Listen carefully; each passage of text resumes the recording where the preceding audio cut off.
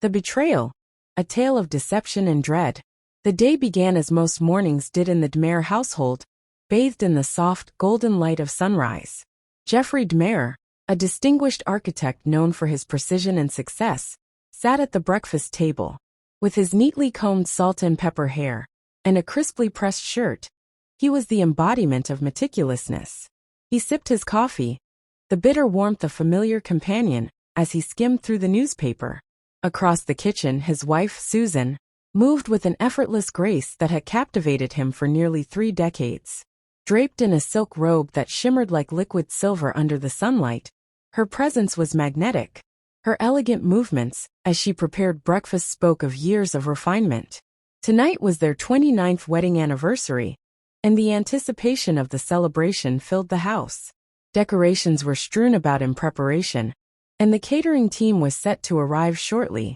Jeffrey glanced up from his paper, a warm smile lighting his face. "Can you believe it's been 29 years, Susan? Time has flown by, hasn't it?" Susan turned briefly from the stove where she was flipping pancakes, her expression serene but distant.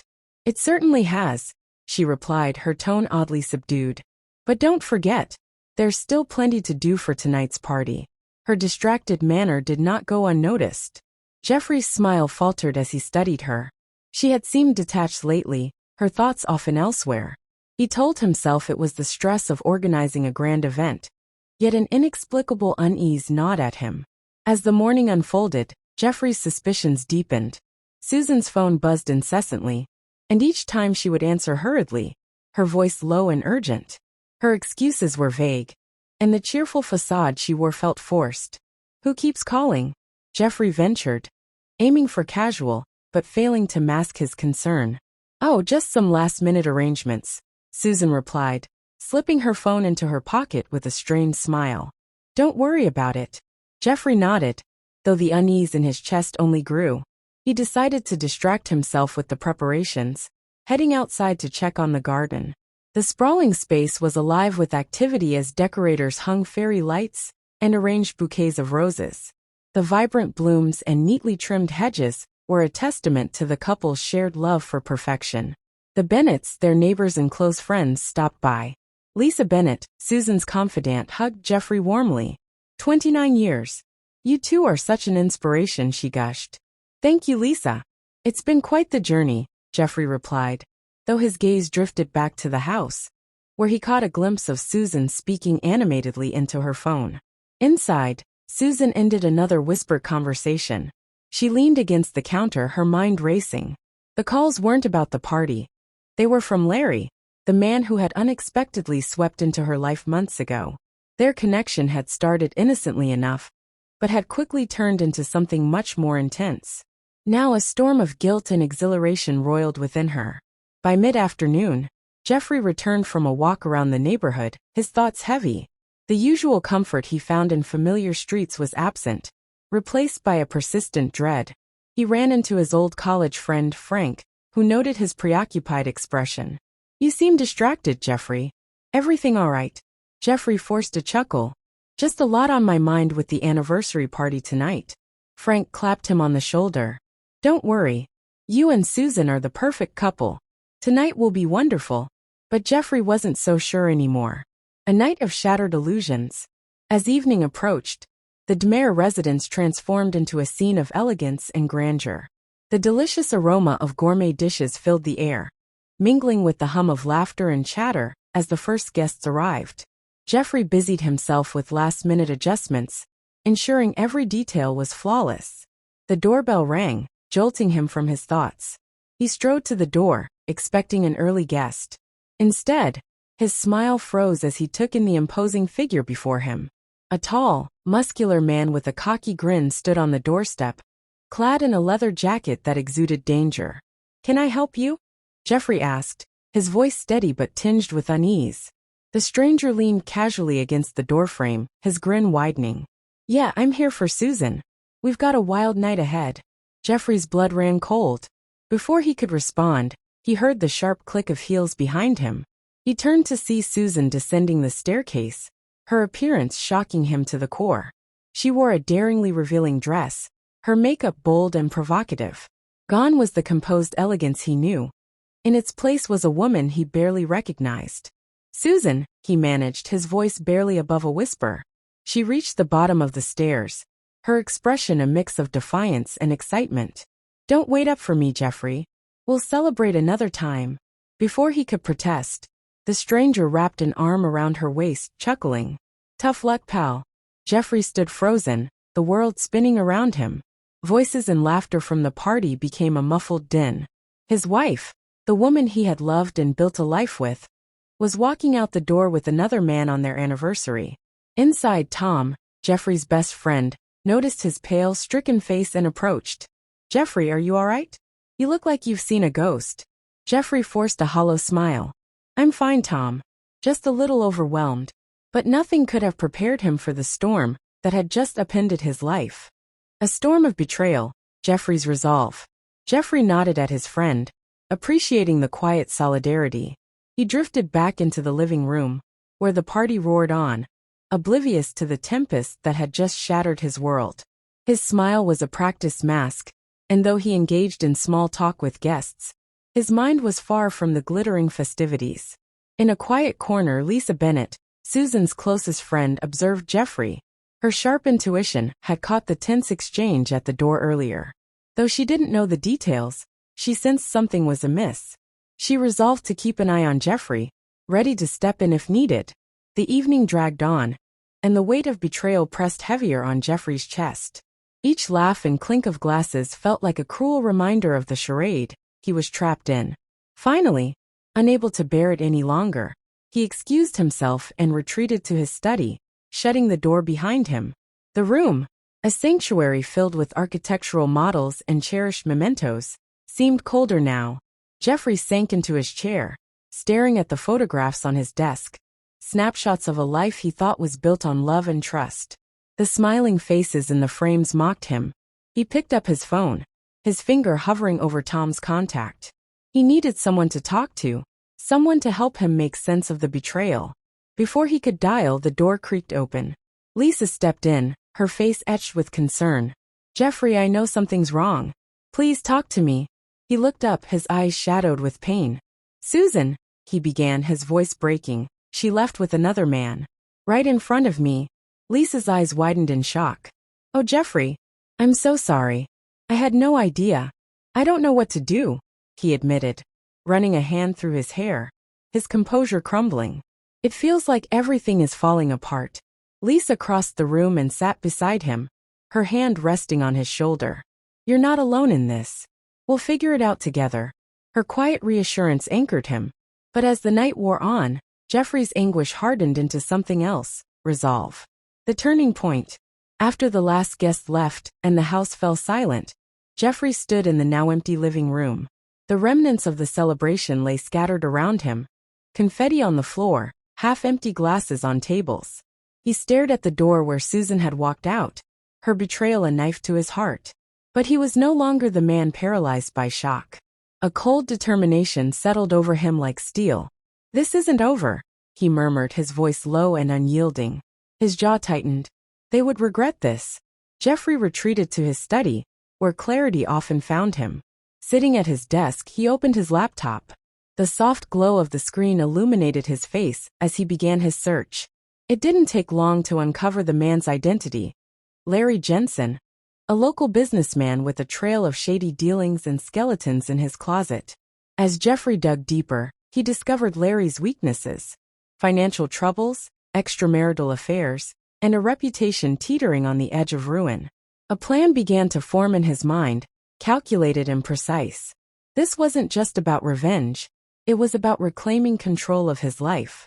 Gathering allies. Jeffrey knew he couldn't do this alone. He picked up his phone and made 3 calls, each to people who owed him favors. First, he called Sam, an old college friend turned private investigator. I need dirt on someone, Jeffrey explained, his voice steely. Sam didn't hesitate.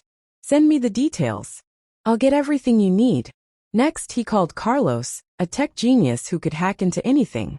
Carlos had once helped Jeffrey fend off a cyber attack on his firm, and was more than willing to return the favor. Consider it done, Carlos assured him.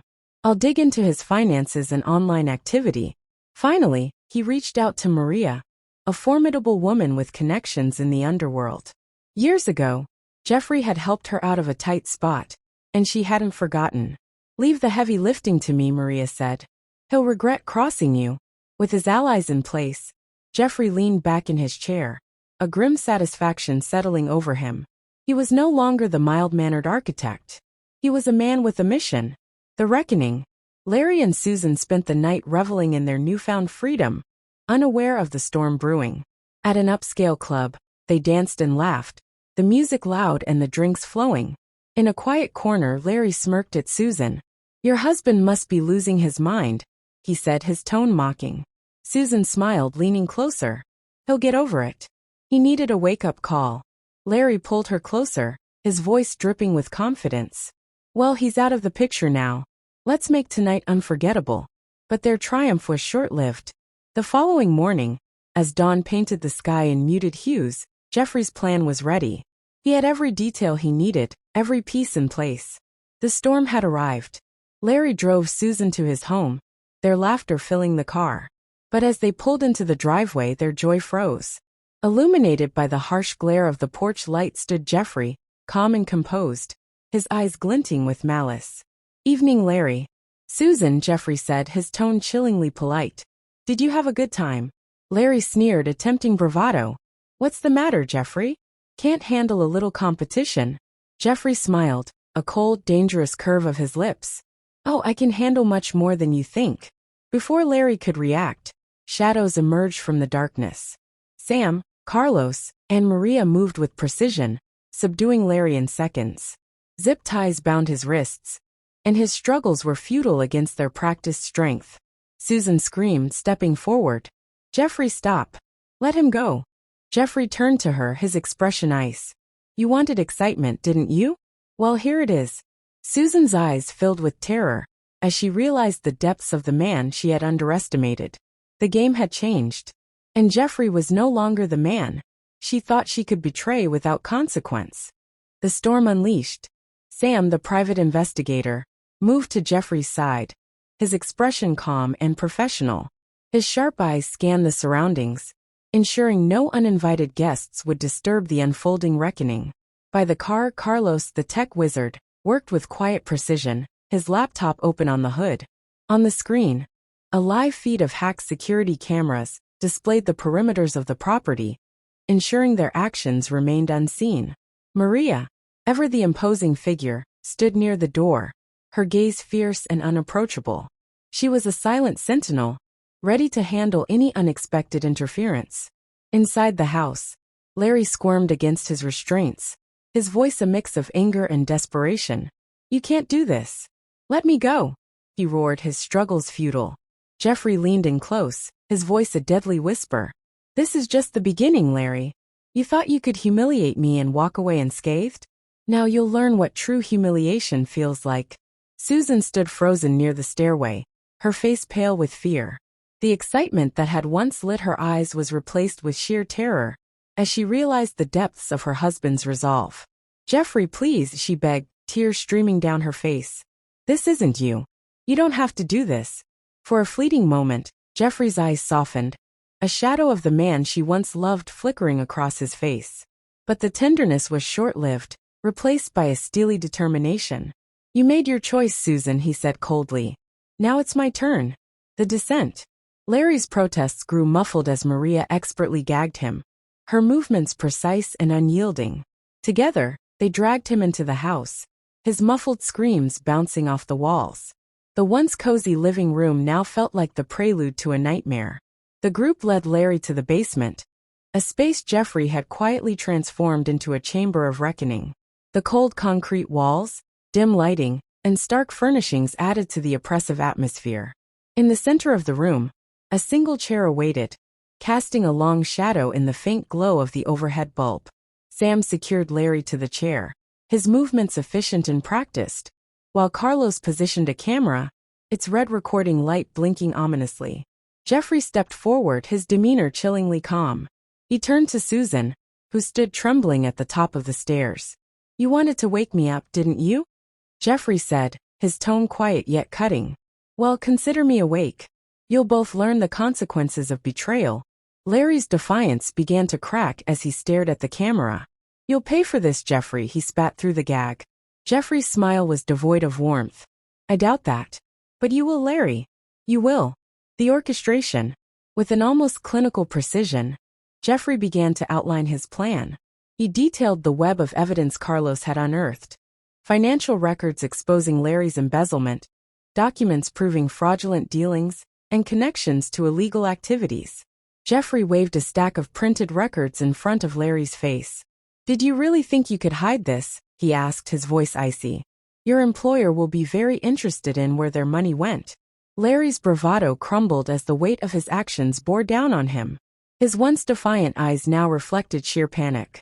Susan, watching from the shadows, was overcome with horror. With every word Jeffrey spoke, the depth of her husband's revenge became painfully clear.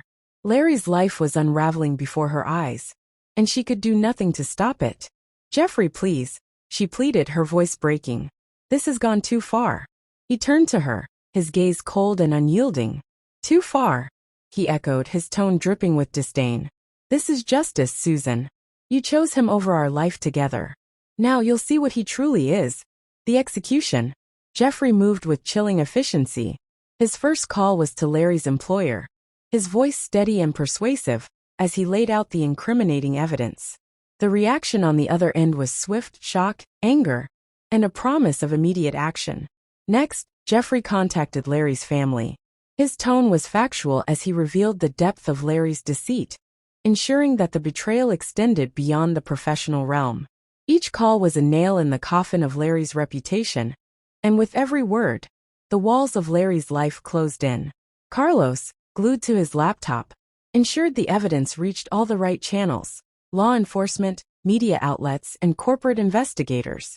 His fingers danced over the keyboard, sealing Larry's fate with silent precision.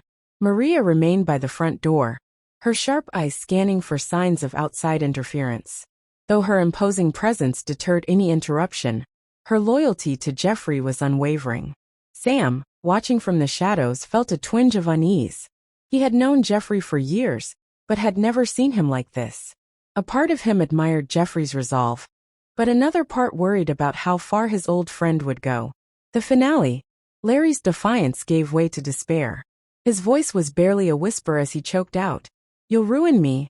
Jeffrey's gaze was unrelenting. "That's the point," he replied coldly. "You took everything from me, Larry. Now, I'll take everything from you." As the first rays of dawn illuminated the house, Jeffrey knew it was time for the final blow. He had arranged for an anonymous tip to the authorities, complete with all the evidence they needed to arrest Larry for his crimes. The humiliation would be public, the downfall complete. Susan, broken and humiliated, stood trembling as Jeffrey set the scene. Her voice wavered with desperation. "Jeffrey, I didn't mean for this to happen," she sobbed. Jeffrey turned to her, his expression hard and unyielding. "You made your bed, Susan," he said quietly. "Now lie in it." With the trap set and the evidence in motion, Jeffrey gathered his friends. The storm had passed, leaving destruction in its wake. As he stepped into the dawn, a new chapter began. One forged in pain, resolve, and the unrelenting pursuit of justice. A tale of ruin and resurgence. As Jeffrey walked out of the house, the weight of the night's events hung heavy in the air. His voice, tinged with finality, broke the silence. "It's done." Behind him, his friends exchanged solemn glances, understanding that their roles in this saga had reached their end. The distant wail of police sirens grew louder, signaling the conclusion of one chapter and the start of another. Jeffrey didn't look back. With grim satisfaction, he strode into the pale light of dawn, his friends close behind. Though he knew his actions would carry consequences, for now, he felt a measure of control, a reclamation of dignity. No one would dare steal again. The night of reckoning was over, but the echoes of his vengeance would reverberate through their lives for years to come. The fallout. The aftermath of Jeffrey's actions was swift and merciless. Larry's once polished life shattered into irreparable pieces. His career, carefully cultivated over decades, crumbled in the face of damning evidence. Termination letters, lawsuit threats, and cold disdain followed him like a shadow. He now lived in a dingy apartment, its barren walls a reflection of his ruined state. One morning, the phone rang incessantly. Larry hesitated before picking up, his trembling hand gripping the receiver. "Hello." His voice cracked with despair. "Larry," came the clipped tone on the other end, "this is Lisa from your former employer. We've reviewed the evidence of your misconduct. Your termination is effective immediately, and you can expect a lawsuit for damages." Larry's face turned pale as he slammed the phone down, his breathing ragged. His head fell into his hands, the crushing weight of his downfall bearing down on him. Friends who once praised him now avoided his calls, and even his family hesitated to offer solace. A life in shambles. Susan's world was no less bleak. The woman who once basked in luxury now found herself ostracized and alone. The whispers of her betrayal followed her everywhere, turning even mundane errands into exercises in humiliation. One afternoon, Susan sat at a small cafe, her face buried in her hands. The barista, a young woman with kind eyes, approached her table and placed a cup of coffee in front of her. "It's on the house," she said gently. "Sometimes we all need a little kindness." Susan looked up, her eyes red and weary. "Thank you," she whispered, her voice barely audible. "I just don't know how to start over." The barista smiled warmly. "Start small. One step at a time." For the first time in weeks, Susan felt a glimmer of hope. She sipped the coffee slowly, savoring the small comfort it brought. Jeffrey's rise. In the weeks that followed, Jeffrey immersed himself in work. His office buzzed with the clatter of keyboards and the murmur of conversations, a sharp contrast to the chaos that had upended his personal life. Mike, a longtime friend, leaned against Jeffrey's office door one afternoon, his expression a mix of concern and curiosity. "Are you okay?" he asked softly. Jeffrey looked up from his desk, a faint, weary smile tugging at his lips. "I will be," he replied with quiet determination. "It's time to move on." Mike stepped inside, placing a supportive hand on Jeffrey's shoulder. "If you need anything, I'm here." Jeffrey nodded, grateful for the support. "Thanks, Mike. It means a lot." Gradually, Jeffrey poured his energy into challenging projects, reigniting a passion for his work that had long been dormant. At a bustling networking event, he moved through the crowd with a renewed sense of purpose, engaging in lively discussions with colleagues and entrepreneurs. One colleague approached him, admiration evident in their eyes. "Jeffrey, your recent projects are incredible. How did you manage to turn things around so quickly?" Jeffrey smiled, his confidence radiating. "Sometimes you have to go through hell to find yourself again," he said. "I've learned to focus on what truly matters." His words resonated with those around him, earning him respect and admiration. He began mentoring young professionals, sharing his hard-earned wisdom, and guiding them through their own challenges. Redemption. Susan, too, sought to rebuild her life. Therapy sessions and support groups became her sanctuary, offering a space to confront her guilt and make sense of her actions. One evening, she attended a meeting, her voice trembling as she shared her story with strangers who listened without judgment. "I've made so many mistakes," she confessed. "I'm trying to move forward, but it's hard."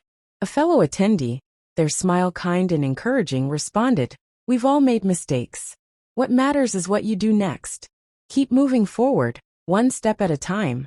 Susan left the meeting with a fragile sense of hope, vowing to confront her past and rebuild her future. Moving forward.